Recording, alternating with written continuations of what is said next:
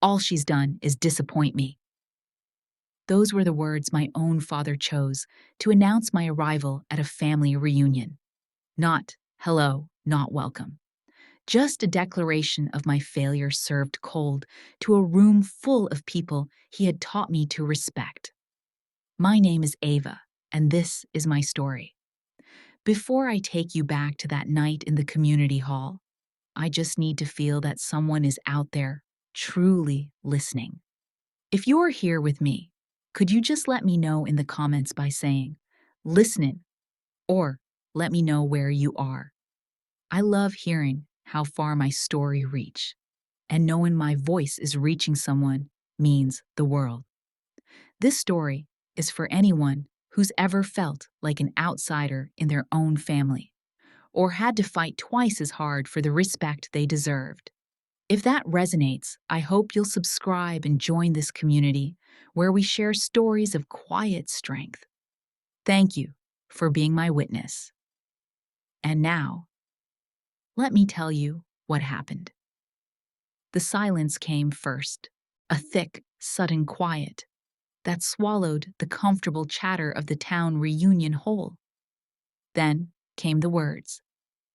My father's voice wasn't a hammer, it was a scalpel, honed by years of command, and it was designed to cut away everything but the shame. He didn't need to raise it. The chilling quiet he commanded was a weapon in itself. In that moment, he aimed it squarely at me. This was supposed to be familiar ground. The town community hall, a place that held the scent of 100 gatherings, bingo nights, fish fries, wedding receptions. It was a room built on folding chairs and shared histories. Tonight, it smelled of Oak Ridge fried chicken and the faint, sharp tang of brass polish from the medals pinned to the chests of aging veterans. But as my father's judgment settled over the room, the familiar scent of home became cloying the air thick with my humiliation.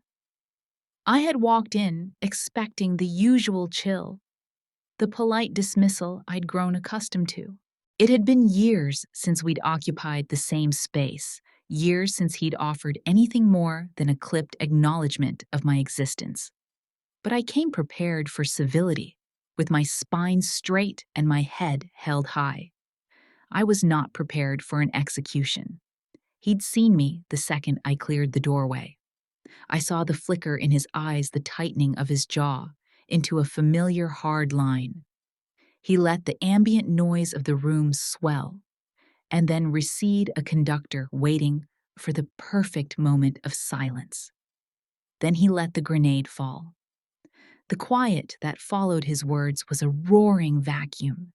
It pulled the air from my lungs and sent a hot flush crawling up my neck, burning my cheeks. My training screamed at me to maintain composure, to lock my expression in place. But my soul wanted to bolt, to fight, to do anything but stand there, pinned by the collective gaze of an entire town, feeling like a raw recruit being dressed down in the barracks. And as if that wasn't enough, this was only Act 1 of his performance. He turned a deliberate pivot and laid a heavy, weathered hand on the shoulder of a man beside him. This man was a perfect specimen, broad-shouldered, sharp haircut, an unwavering posture that radiated quiet competence. He was everything I wasn't. This, my father boomed, his voice swelling with a pride I'd never heard directed at me. This is a man who understands service, an elite member of the Navy SEALs. A wave of impressed murmurs rippled through the hall. The room's respect, a tangible force, shifted away from the town's decorated veteran and settled on his chosen prodigy.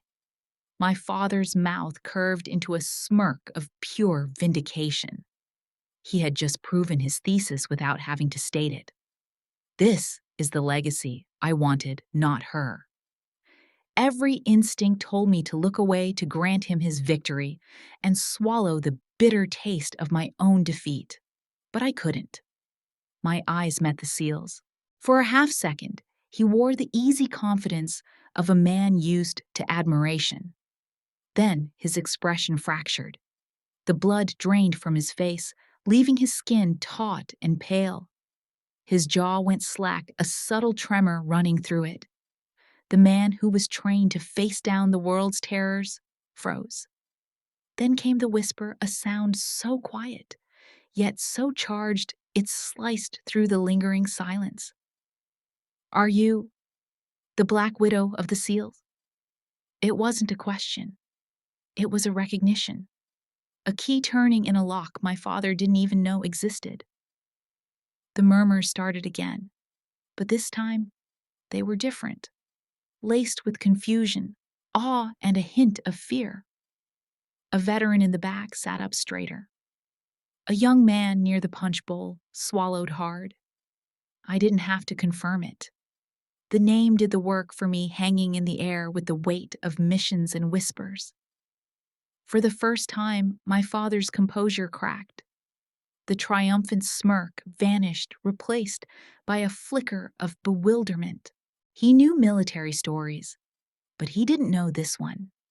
He didn't know the legends whispered on tarmacs, before missions, the reputation I had forged in blood, grit, and silence, a world away from his disapproving gaze. That was the instant the ground began to shift. The room's allegiance, once so firmly, his started to tilt on its axis. But to understand why a name could hold that much power, why it could make a hardened operator tremble, you have to understand the silence I came from. That moment wasn't born in the noise of the hall. It was born in the crushing quiet of a house where every path I took was seen as an act of rebellion. I was raised in the shadow of a man who wore his medals like a second skin. He believed a legacy was a torch, passed from father to son. He never got a son. He got me. In his ledger, I was the first and most profound disappointment, and every choice I made after that was simply confirmation. He never taught me how to throw a ball. He taught me how to stand at attention on the worn kitchen linoleum, his hands forcing my shoulders back, my heels together. "A straight spine tells the world you're not broken," he'd say. I was 8 years old.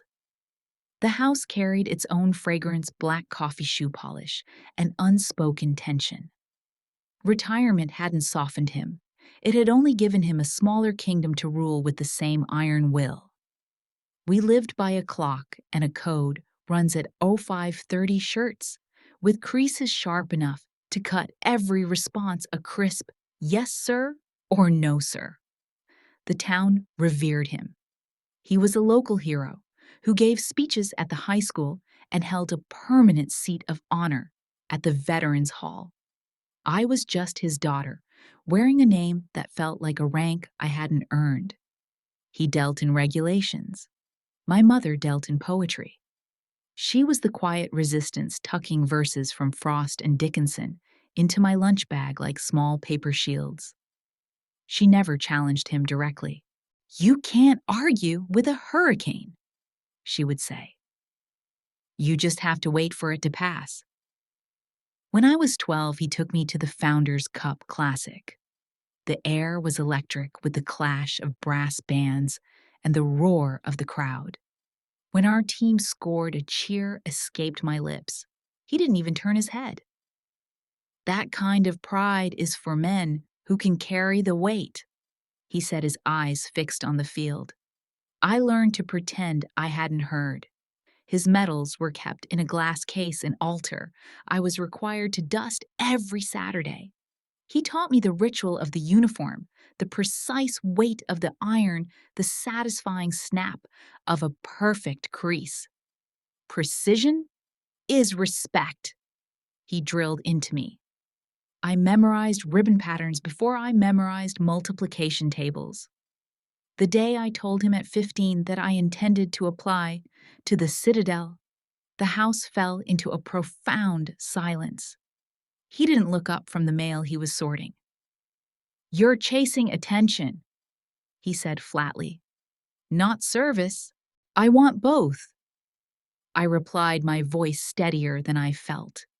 He laid the letters down between us, each one a brick in the wall he was building. Then he delivered the verdict, the one that defined our war for years to come. You don't have the Constitution. It wasn't a comment on my strength. It was a judgment on my gender. The house got quiet after that. Silence was his discipline. Dinner at 1800 dishes stacked to the left of the sink. News at 1900, lights out at 2200. When I aced chemistry, he said, When I won a track meet, he said, don't get sloppy with your form. Saturday mornings, he inspected my room. The bed had to be drum tight. The shoes had to sit at a 45-degree angle. Once he found a dust mote on the sill and handed me the cloth. My mother did her persuading in the margins. She drove me to a recruiter's office the first time, parking 2 blocks away, so the car wouldn't be seen from Main Street. While I filled out forms, she graded papers in the front seat. When I came back with pamphlets, she didn't ask what he'd say. She asked what I wanted most. A fair fight, I said. She tapped the wheel. Then train for unfair weather. Senior year, I mailed the application without telling him. I wrote my essay at the kitchen table after midnight, the house a museum of breathing. I described cadence at dawn, how order can open space inside someone told she's too much. When the thin envelope came first, the acknowledgement of receipt, I hid it in a book. When the thick one arrived in March, I pressed it to my chest until the cold sank through the paper. I waited until he was in his study. I knocked and stepped in. He looked up, jaw set. I held out the envelope. Sir, I said. He slid it open with a letter opener and read the first line. We are pleased to offer. He stopped, folded. The paper slid it back. So you're serious about this? He said, not a question. I nodded. He turned to his ledger. We'll discuss it later. We didn't. Graduation night, he didn't come to the backyard party my mother strung with white lights and lemonade. Friends asked if I was scared. Yes and no, I said. Yes, about the water. No, about the choice. Around 9, a familiar sedan rolled past and kept going. It felt like being saluted and dismissed at once. The morning I left for Charleston, my mother tucked 3 envelopes into my duffel. Open, she wrote. When you're lonely, when you're hurt, when you forget who you are. She hugged me hard at the bus station, then stepped back to inspect me like before school. Stand up straight, she said, and we both laughed. My father had an appointment to get the tires rotated. On the bus, a boy with a buzz cut asked if I was nervous. Nerves are a compass, I said. You just have to read them right. Out the window, the town slid by the hardware store, the diner with lemon pies, the courthouse flag a little too big for the pole. As the miles thickened and the air leaned towards salt, I pressed my forehead to the glass and let the cold settle my cheeks. I wasn't running from him. I was running toward the only argument that made sense earn it. Processing smelled like cut grass and chlorine, then salt and gun oil. Hair clippers snapped. Clipboards appeared and vanished. Last name, height, move.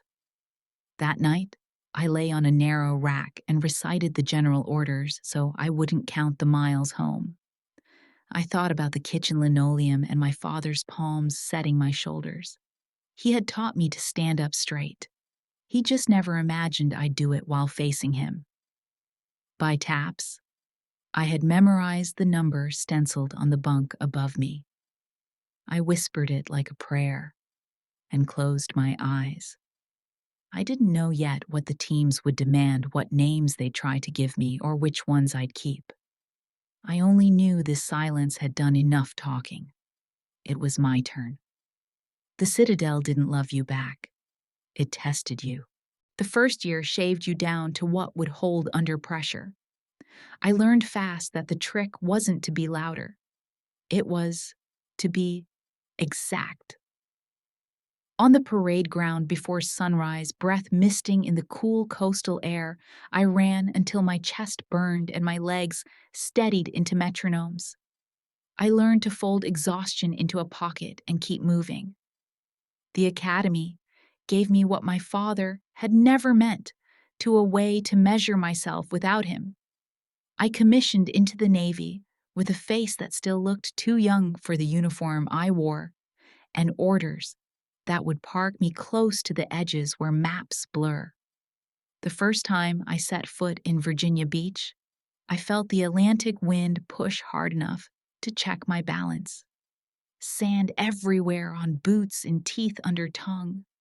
Men lumbered past with logs on their shoulders, teams moving as one organism, the grinders slick with seawater and sweat. I wasn't there to become a SEAL. That pipeline wasn't open to me, and I wasn't interested in arguing with a door that wouldn't swing. I was there because a task unit needed an operations and intel officer who could think fast, write clearer, and carry weight without advertising it. You don't have to be the loudest person in the room when you're the one quietly deciding which room everyone will kick down. They called me ma'am, at first like a question mark. I learned to answer with schedules, comms plans, logistics that landed on time, and briefs so tight, even the chief with a permanent scowl stopped tapping his pen. I ran with them when I could swam cold water because respect likes to see you shiver and stay anyway shot until the trigger press felt like thought. I didn't try to be one of them. I learned to be the one they could not afford to ignore. On a training range outside an island, the desert heat bleached color out of everything. We ran shoot house drills under a sun that didn't blink. Again! The instructor barked and the teams moved with the economy of men who have bled for the right to go second nature. I watched angles, watched where eyes went. When stress rose, wrote notes in a field book, salt stiff at the seams. In the evenings, I'd sit on a tailgate with a map across my knees while the wind tried to snatch it.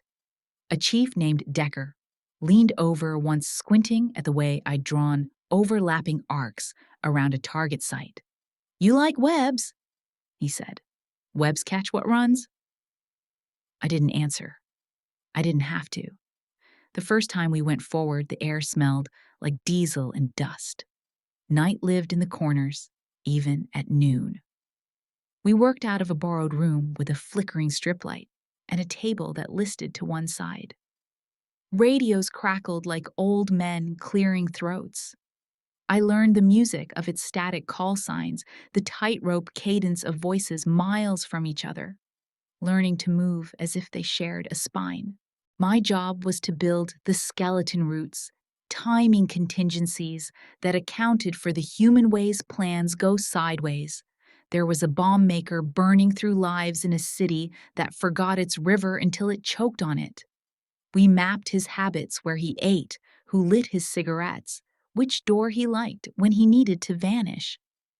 We waited until a Tuesday, because the Tuesday vendor took longer to count change. The team kitted up in the dark. Fingers, quick buckles whispering. I stood with the radio and the feed and the plan, spread like an altar on the table. When the first truck stalled 2 blocks earlier than rehearsed, we didn't freeze. We shifted to Route C, called Church, because it passed 3 and slid the timing 5 minutes forward. It should have fallen apart. It didn't. He came out the back as predicted, turned left as predicted, reached for the phone he always used and found its tower sleeping. He hesitated half a breath. That was enough. No shots, no fire, hands behind his head, then zip ties, then The quiet after. Back at the room, the air stank of adrenaline and old coffee. Decker peeled off gloves and looked at the web I'd drawn. "You spun that," he said, and he never saw the silk.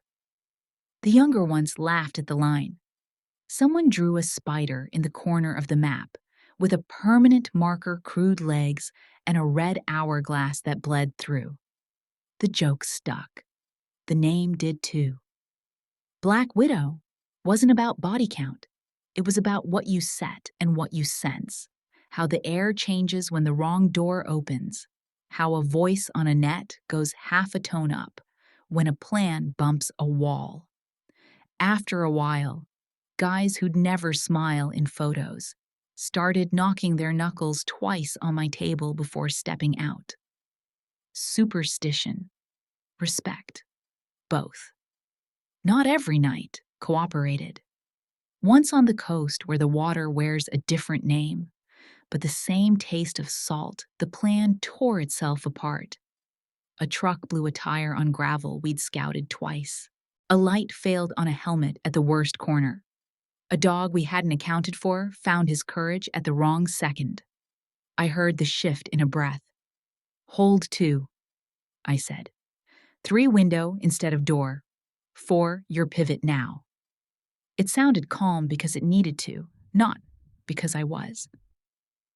Later alone, my hands shook so hard I had to sit on them. The men came back with the thing we went to get, and all their fingers. I called that a win. The chief called it proof. "She hears the web," he told a new kid who still called me ma'am too loudly. "She hears it hum." Word traveled the way it does on flights and in chow halls, over bad coffee in rooms where boots line up at the threshold. I wasn't a legend. I was a rumor that survived inspection. Teams rotated. I rotated with some of them to a forward base in the Gulf. The heat felt personal. In the Horn, the wind carried grit that found your molars and set up camp. I learned the sincerity of letters home written on the back, of manifests the way good men tell jokes before, wheels up because laughter oils the machines that hunger for it. On leave, I went home once and found my father on the porch cleaning a rifle that didn't need it. He asked about the weather. He asked if I changed the oil in my car. He didn't ask what I did. I didn't tell him about the night we killed the lights in 3 blocks at once and walked the city like it had been returned to a better moon. I didn't tell him about the kid who slipped me a folded note at a checkpoint that said in careful English, "Please take the loud men away." I didn't tell him I'd cried in a stairwell where the dust hid me, and then walked back into a room, because crying isn't an opposite to courage. It's kin. Back in Virginia Beach, between rotations, I rewrote checklists until they fit the way our days actually broke equipment that fails in rain batteries that lie about life. How to count down a man whose eyes are looking somewhere he can't return from. I added a line to every plan, "Who's watching the watcher?" The old guard grumbled until the metrics came clean. Fewer injuries, fewer near. Mrs. Moore nights where the worst thing we brought home was sand. The nickname followed me like a shadow at noon, short, unmistakable. I never used it. Others did. Once a visiting commander shook my hand and said, half smiling, "So you're the spider." "I draw maps, sir," I said. He laughed. "And make men feel safe inside them." It was the nicest thing anyone in a star ever said to me. There were losses, some you can explain in reports, some you fold into a corner of yourself that no one else gets to touch. A good man went quiet one spring and didn't come back from it. I sat with his file until the letters blurred. After I insisted on monthly check-ins that weren't about push-ups, we started asking each other how the air felt inside, not just outside. A chief called it soft. Then he stopped calling it anything after it saved a kid who hadn't yet learned how to say he was drowning. By the time the rumor had a shape, my father had heard none of it. He lived 2 states away and 20 years behind. The town still loved him. The diner still knew his coffee. If someone said my name, he changed the subject to weather or taxes. In rooms far from him, men began to tell stories that started, "She was there," and ended, "and we walked out." I didn't need a parade. I needed my plans to hold. The night a young SEAL would one day recognize me across a crowded hall and lose his breath, he had been the new guy on a 2-vehicle package that should have gone bad and didn't. Afterward, he'd come up to the table where the radio slept and said, voice low, "Ma'am, did you see that coming?" I saw what I said. He nodded like a man who just learned there are different kinds of sight. That's what the teams taught me, that skill and humility can live in the same chest, that you can be invisible and indispensable at once. I learned the art of being where the plan lives and the credit doesn't. Ghost work. Work that leaves a room cleaner than it found it. Work that lets other people become the story so everyone goes home. They called me Black Widow. I called it doing my job. Some nights the quiet roared louder than rotors. Out there, silence meant cover sound discipline radios hushed to a whisper. At home, it was punishment tailored to fit the kind my father could wear for years without fraying. It filled the rooms we no longer shared and seeped under the door jambs of every conversation we didn't have. After my first deployment, I wrote him on paper. I said the water was colder than it looks on posters, that good men learn to laugh before bad nights, that my work mattered even when no one pinned it to a board. I tucked in a photo me at the pier, one hand on a rugged gear case, salt whitening the chain link. I signed with love and a return address. The letter came back unopened. Mom kept the line alive by herself. Sunday evenings, she'd call and ask small questions that let a big life through.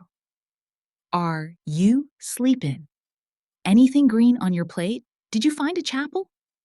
She never asked about operations. I'm fine, was a dialect we both spoke. When we hung up, I stood and breathed. I mailed him a photo the day I picked up Lieutenant. Bars under fluorescent lights never look like they do in movies, too pale, too honest. I wrote, "You taught me to stand straight. It helps." A month later, the same picture returned in a fresh envelope, creased once across the middle. No note. Illness entered quietly. Biopsy. Mom said like she was sounding it out for a spelling bee. My father informed me by email, 2 sentences correctly punctuated. I called from a stairwell at a forward base in the Gulf, where the heat clung me like a wet shirt. Mom told me not to come yet. Do your job, she said. I'll do mine. When hospice called, I was already wheels up. Decker caught my eye across the aisle and didn't ask. The nurse spoke softly.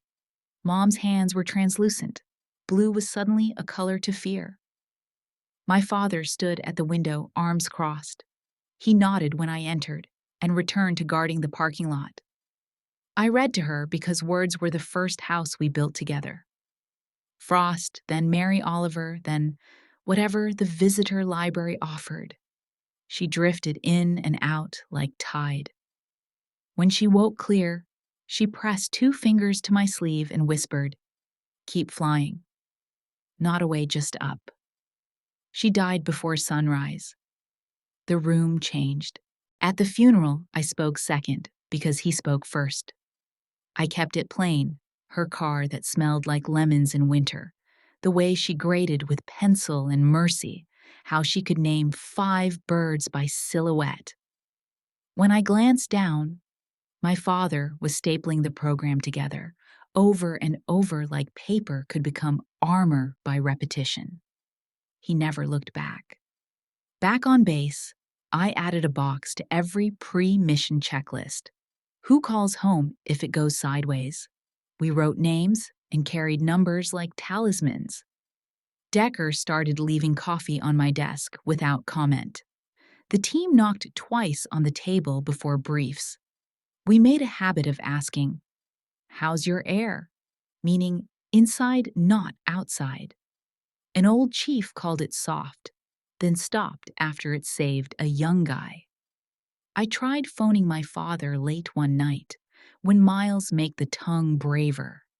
He picked up on the second ring and said, "Hello." I asked about gutters and weather and the neighbor's maple that had leaned dangerous for years. "Came down," he said. "Took out the fence." I said I was sorry.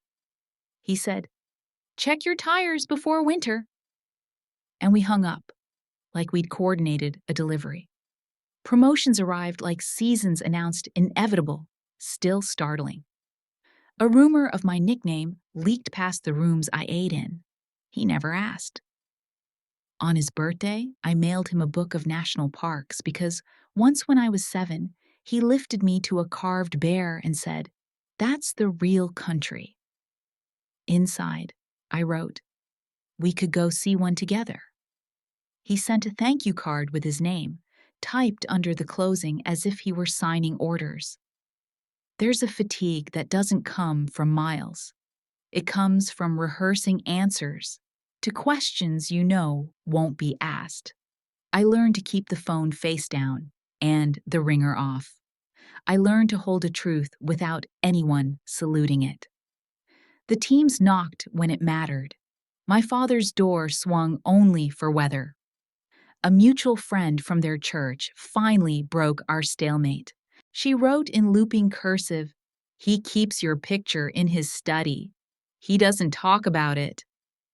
I read the sentence until it dulled. Care can look like custody. When the Navy pinned a medal on me for something that belonged to a dozen hands, I sent him the program in block letters, just how he liked addresses. No response. A month later came a different envelope. "They're making you a symbol," in his small, precise script. 5 words that felt like a door closing. Labels are tidy until you live under them. A symbol doesn't sit with a grieving chief at 0300. A symbol doesn't memorize families. I kept showing up with a pencil sharp and a map open, listening for the hum in the lines. I stopped needing him to hear it. I wrote one last time before the night in the hall. "I'm coming through town for a reunion," I said. "There's a seat if you want it." He didn't reply. The invitation felt like placing a glass of water by a sleeping man and walking out not expecting to find it empty or full, just not wanting him to wake thirsty. Silence taught me a paradox. The teams had only hinted at you can love someone you don't let steer. You can respect the parts that built you without living under their roof. I stopped knocking on a door that opened only to drafts. I set the latch on my side. I waited for the work. It never makes you wait long. The first time I realized the teams were my family, we were ankle deep in gray water, under a sky the color of scraped metal. A storm had come in crooked wind, pushing the channel sideways, radios gurgling with salt. We were staged to launch a small package for a recovery operation that would never make the paper. Nothing cinematic, no hero shots, no swelling music. Just men checking straps with fingers that knew how to count heartbreak, and me at a folding table with a grease pencil and a plan I could run in my sleep. Widow. Decker said he never called me ma'am when it was just us. "You want a second set of eyes?" "I want your doubt," I said, sliding him the board. "If it holds up to that, it holds." He looked grunted. Then, tapped a box I'd drawn in the corner. You put the soft veil here. Always put the soft veil where you can see it, I said. Saves you from the hard one. He nodded satisfied, the way older brothers nod when the younger one finally lifts what he couldn't last summer. We moved. The operation bent once and then behaved. Not because luck grew generous, but because we had rehearsed the folds. Back at the pier, soaked and quiet, a young seal I'd been watching, a good kid, with a habit of aiming his jaw at the floor, stopped beside my table. You knew the second pump was dying, he said. I knew it could, I answered. The only kind of knowing that keeps people. He chewed that, then said almost shy, Thanks for making a plan I could fit inside. It was the best compliment I'd ever been given. Men who trusted maps more than speeches had decided mine could carry them. That's how a family is built in our world. One night of proof at a time. Between rotations, I kept rewriting the training modules the way you update a will. Not because you're eager to use it, but because you love what it protects. We added stress inoculation that wasn't about breaking bodies. It was about teaching a mind to recognize its own weather. I wrote a checklist called After the After. What to do, not in the hour after contact, but in the week after the adrenaline leaves and the silence arrives. We piloted it with 3 platoons. Near misses dropped. Bad surprises shrank. The old guard teased and then started using the forms when no one watched. Widow's Church. Mendoza called it half joking, half grateful. Everybody gets out with their shoes. We made rituals that look small. Knock twice on the table before wheels up. Ask, how's your air? In the chow line, and wait for the answer. Make the new guys brief the boring parts so they learn. Boredom keeps you alive. When a chief's marriage cracked, we found him a counselor who knew how to sit with men who traded sleep for safety. When a kid's mother got sick, the platoon pretended it was logistics and arranged the flights. One afternoon in the cage, I watched a group of candidates work a knot they'd pretend wasn't choking them. Sweat turned their shirts into maps. An instructor barked. I stepped in, only to ask a question. What's your plan when the plan's wrong? Blank stares at first, then one spoke. We look for the pattern under the pattern. I smiled. That's a life skill, not just a job skill. Keep it. Reputation is a slow river. You notice it only when it's carved the bank. Directors from the other side of the house intel logistics, even a doc with hands steady enough to stitch a hummingbird started drifting by my little room with questions. I printed fewer glossy slides and more checklists. I learned to translate between men who built doors and men who'd kick them. The nickname, which I still never use for myself, traveled like a postcard with no return address. A visiting captain introduced me at a briefing as the one who hears the web hum. I resisted the urge to roll my eyes. It wasn't humming I heard, it was men. Their pauses, their jokes too loud, the way hands fumbled a strap when thoughts were at home in rooms they feared. You learn to listen to what a body says when the mouth is busy elsewhere. One winter, the ocean turned mean and took a diver who didn't deserve it. We stood in dress blues on a cold parade deck while the wind stabbed and a bell tolled, a count too small for the size of the loss. Afterward, a kid the age I would have been, if the world were kinder, stood in front of me and tried to ask how to bear it. You don't, I said softly. You carry it. There's a difference. He nodded, eyes bright like a man filing away a truth he didn't want but would need. Loyalty returned in currencies that lasted longer than medals. Decker named his second daughter Avery because he said the name could run. Mendoza, who had once sneered at my mental health check-ins, now ran them with a voice you could sit on. At Christmas, my desk filled with cards from people who didn't write cards. Ma'am, one scribbled, "Your web kept me breathing this year." On leave again, I visited a base where the chapel had more scuffs on its pews than the gym had on its floor.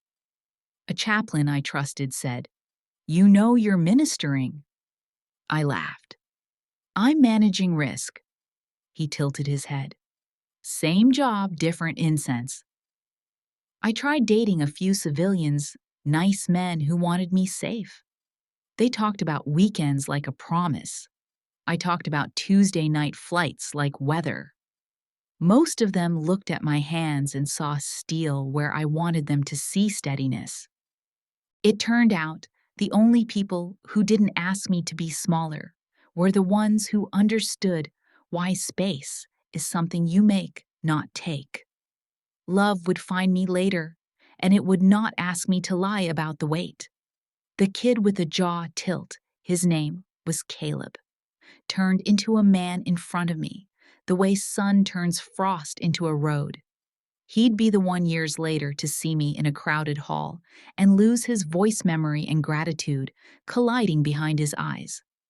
But before he could know that he had to learn a different lesson, how to step into a room and make everyone else taller. We practiced. I made him brief, then fail, then fix it.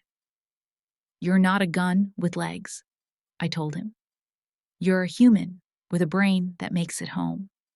On a hot spring afternoon that smelled like wet canvas, and CLP Command invited me to talk about best practices. I brought one slide, "Respect is a logistics problem." It got a laugh and then a hush. I told them that, when you plan for dignity, you prevent a dozen kinds of ruin. "Write it down," I said. "Then hold it when the weather turns." Word pushed out beyond our circle. A colonel I didn't know sent a note. "I hear you make rooms safer." I pinned it on the wall with a strip of blue tape and forgot to be humble for a minute. Then the day demanded humility again, and I gave it. Back home, my father's silence kept its posture. He never asked, never answered what wasn't yes or no. The town kept his coffee hot. Men in ball caps still thanked him for service at the post office, and he nodded like a man receiving mail he didn't remember ordering. It wasn't anger I felt anymore. It was distance, with a shape I could measure and walk around. If the teams were my family, it was because we'd chosen to be accountable to each other's lives. Blood can be an accident. Duty is not. The men knocked twice, and I knocked back, and we built a house out of habits no storm could rip clean. That house would matter on the night when a community hall, filled with people who knew my father's voice better than my own, would pivot all at once on a name spoken like a prayer and a warning. Family isn't who can hurt you most. It's who refuses to. The hall breathed like a single lung after the question landed. "Are you the Black Widow of the SEALs?" Caleb said it barely above a whisper.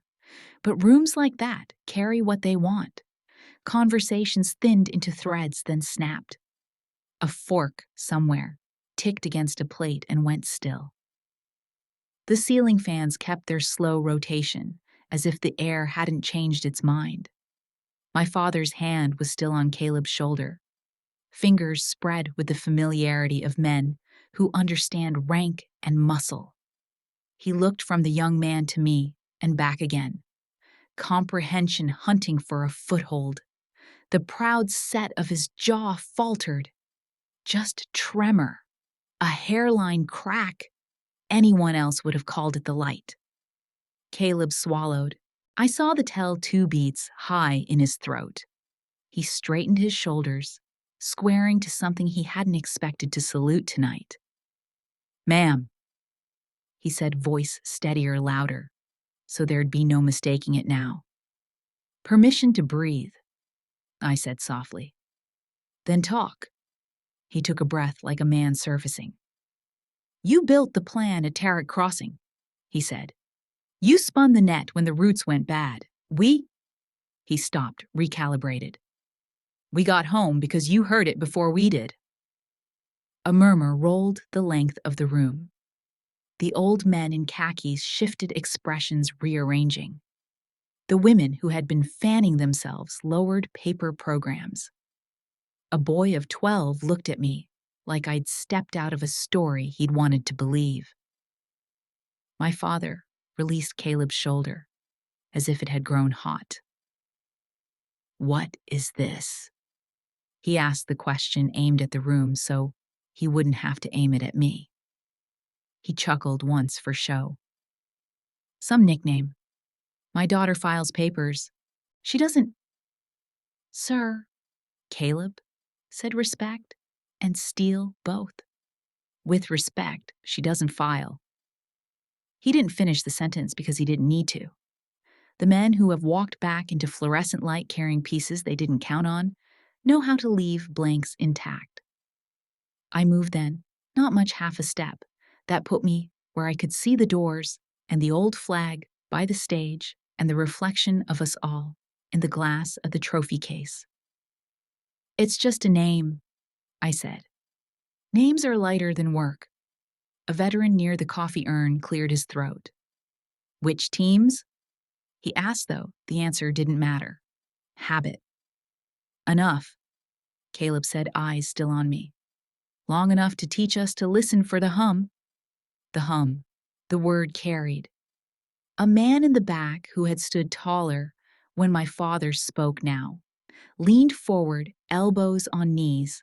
A younger woman, hair in a bun jaw set the way people wear it when they've had to be their own witness, nodded once, like the room had finally introduced me properly. Dad tried for humor. "Well," he said, palms out, "I'm sure she's very good at her spreadsheets." It was the kind of line that wins small laughter in rooms that owe you deference. None came. Not this time. A cousin I barely knew, but who had my mother's eyebrows, spoke up, tentative but clear. "Uncle Arthur, I think maybe you don't know everything she is." Silence can wound. It can heal too. The pause that followed wasn't empty. It was full of people recalculating moving chairs in their heads. People are quick studies when the math is respect.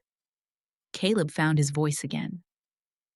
"Ma'am," he said, "I owe you, and I've never said it out loud. We were stacked wrong one night and you—" His eyes glistened hard, then cleared. "You fixed the angle. I still send my mother a card in May because you did." I didn't want this to turn into a testimony. The work doesn't belong to one throat. "Team effort," I said. "Always." He shook his head just enough to disagree without insubordination. Teams don't cohere by accident. At a side table, the MC, Mrs. Gable, the elementary school receptionist, who had once bandaged 1,000 playground knees, lifted the microphone slowly, then set it down. She understood when to let a room find its own gravity. Dad crossed his arms, that old fortress pose. "I know the difference between a story and a life," he said. And for a second, I saw him, younger boots, muddied a river he didn't want to cross, still insisting. "Don't sell me a legend." "I'm not selling you anything," I said. "I'm standing where you can see me." The words were simple enough that they felt like furniture. The room made room for them. A man in a ball cap, a Vietnam vet I'd seen, fold a flag with hands that didn't shake, rose. Halfway, then all the way.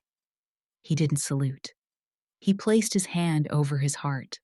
Something ancient moved along the tables like wind through wheat. Another man stood.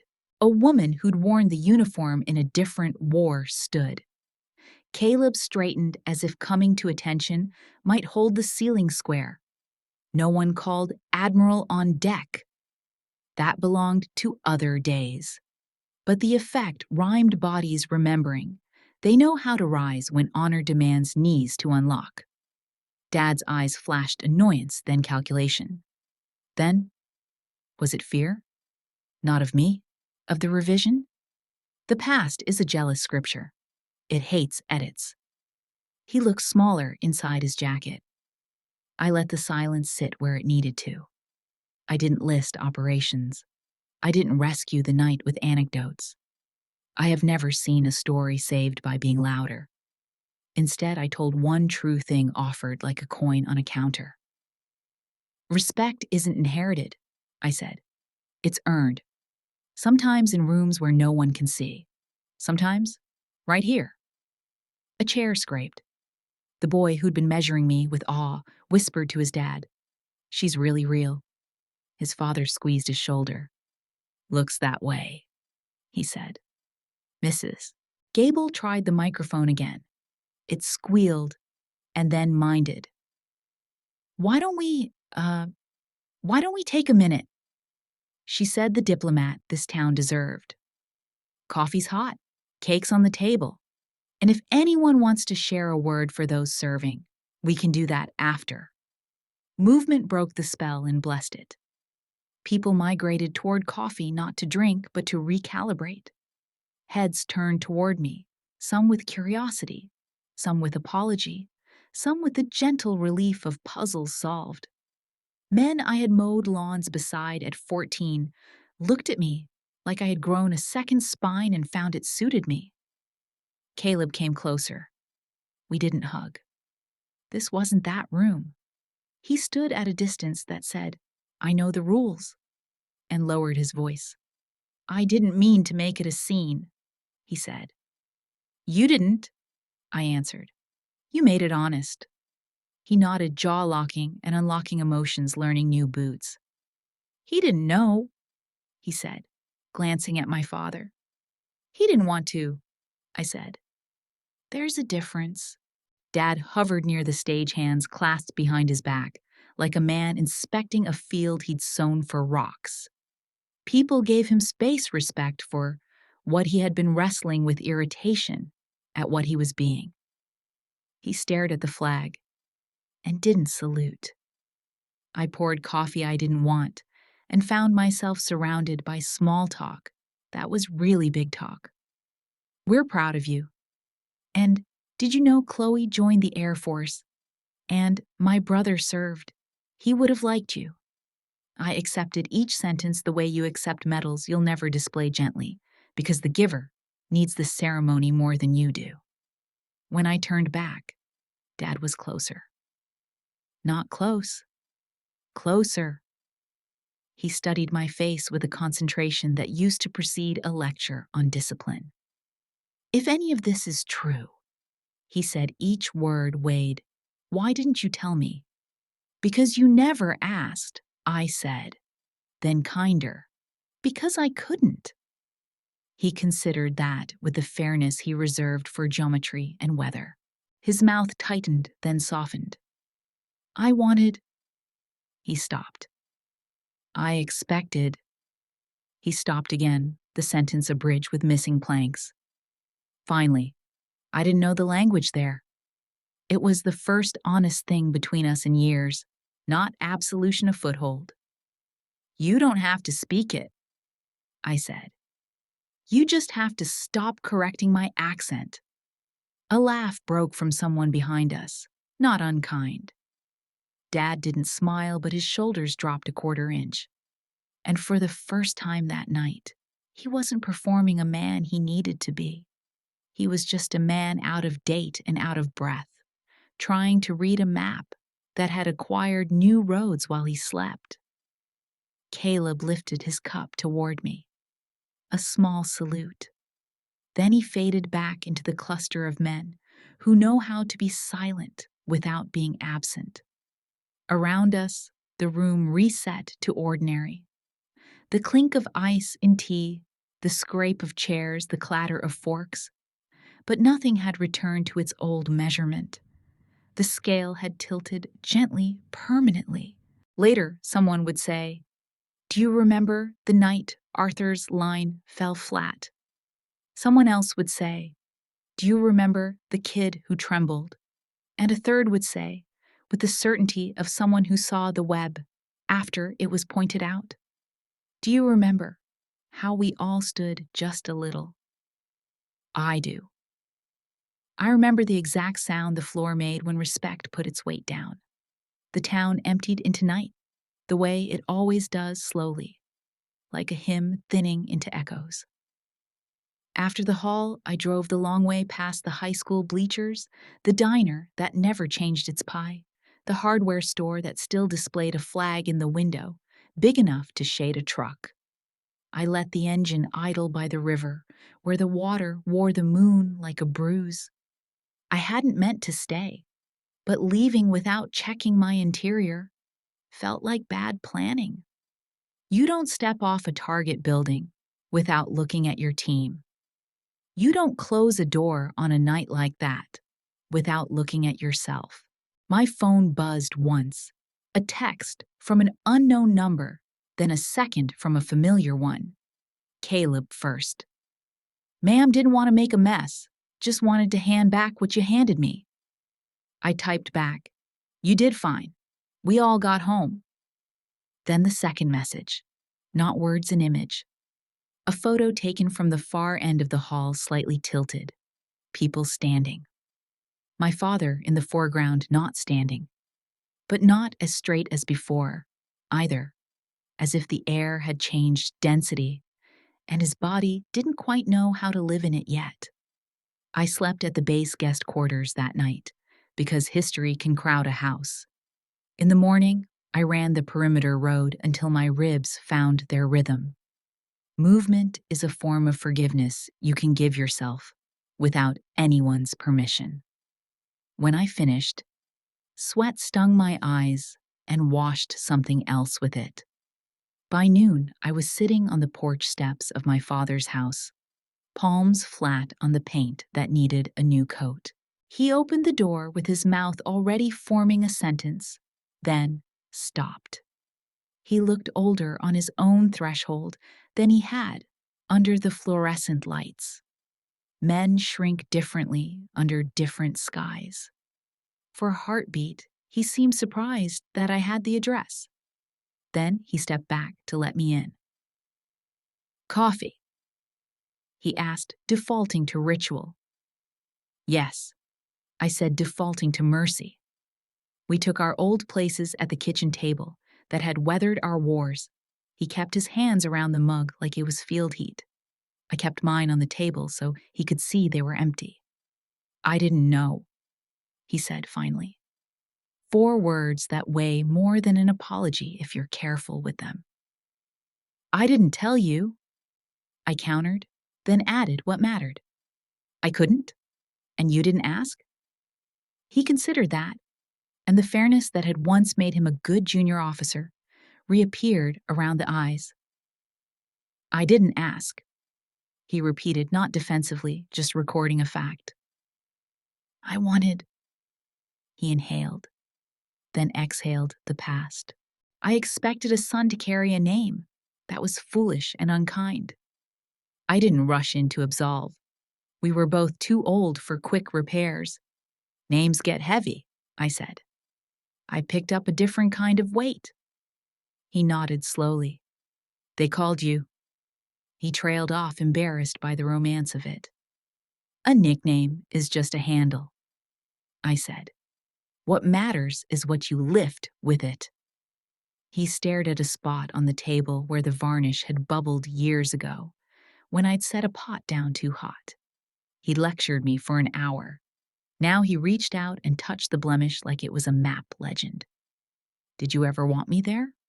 he asked. "Only if you could stand," I said. "Not for me. For yourself." We talked not about missions or medals, but about the air inside old men, about loss that arrives first as silence, and then as furniture you keep bumping into at night. I told him Mom's last words to me because they belong to both of us. Keep flying. Not away, just up. He looked away long enough that the clock over the sink marked 3 full minutes. When he turned back, his voice had changed key. If I came to something, he made a general gesture that meant anything with chairs facing forward. Would there be a seat? There's always a seat, I said. You choose where to put your hands. His gaze moved to the doorway and stayed there.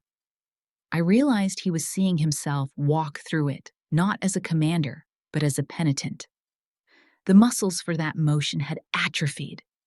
He would have to build them like any rookie. I didn't wait for him to say a braver sentence. The plan was simple. Leave without slamming return without requirement. I stood, rinsed my mug, set it upside down to dry. At the threshold, he cleared his throat. Proud, he said one word naked.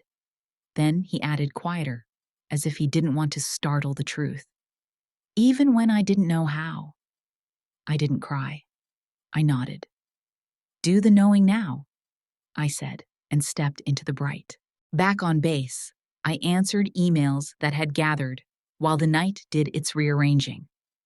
A chaplain wrote to say the town was talking with its kinder voice today. A mother I'd met once at a pinning ceremony wrote, My boy said you make rooms taller. Thank you for letting him be tall. I typed back, He stood himself up. I just moved the chairs. Command called curious in the way bureaucracies get when reputation and metrics intersect. Would I brief a new working group on training reforms and the human factors we pretend are optional? I said yes, because men I loved were breathing in rooms that might someday be safer if I kept telling the truth. Respect, I reminded them, is a logistics problem. Plan for it and watch what doesn't break. Letters followed the briefing, some written in block capitals, some in the shaky script of men who had outlived their squad. A young officer asked if I had advice for leading when a room resents your pronouns. I told her, show your math and share your credit. Knock twice before you enter any soul. She wrote back that she'd printed it and taped it inside her locker next to a picture of her mother holding a wrench. Weeks later, an envelope arrived with my father's precise hand on it, inside a clipping from the local paper. No photo, just a paragraph about the reunion and a line that said, the community stood to honor service. Beneath it, he had written, I should have stood sooner.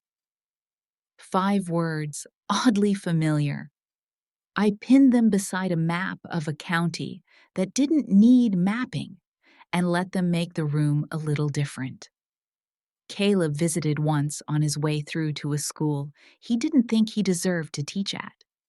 He brought his mother's pecan pie and a modest discomfort with my office. Too tidy, he said, smiling. You'd hate my garage. We sat on crates because chairs lie to you about power. He asked if he'd done right in the hall. You told the truth, I said. Truth stands up fine without a witness, but some nights it appreciates the company. When he left, he knocked twice on my door jamb. Like a man borrowing luck, he meant to return. The night before I headed back east, I stopped at Mom's grave. The grass had grown back even where our grief had scuffed it. I pressed my palm to the stone because some words require skin to travel. We're learning, I said aloud to the low air. Slow, but in the right direction. The wind moved through the oaks with the patience of old women quilting. I took it as an answer. In the end, revenge didn't feel like spectacle. It felt like stillness, like choosing not to twist the knife when history hands it to you. like standing so straight. Other people remember their own spines and find them sufficient. The room had stood. My father hadn't then, couldn't then, maybe would. That was enough. Beginning for one life. People ask what the nickname means. I tell them it's just a handle. What matters is what you lift with it. Teams. Truth, the corner of a room that won't get light unless someone pulls the curtain. If you were in that hall, you would remember the sound that oak floor made when respect put its weight down. I remember. And when the nights get long, I let that sound play again. It's better than applause. It's the sound of a community editing itself toward courage. Perhaps this story is a reminder that the truest honors are not pinned to a uniform, but are found in the quiet moments we stand for others. Courage is contagious. May we all choose to be carriers. In the end, I learned that our scars don't have to be a map of our pain. They can be proof that we survived, that we are strong enough to heal, and that our light can shine even brighter from the places where we were broken. That's the story I wanted to share with you today. Thank you for being here. This is for anyone who is learning to see their own strength, for those who carry wounds no one else can see, and for the ones who show up for others, even when they're still healing themselves. If any of this resonates with you, just leave a single heart in the comments below, because every heart is a light, and together, we can make this space bright enough that no one has to feel like they're walking in the dark. And don't forget to subscribe so we can walk this journey of turning our scars into stars together.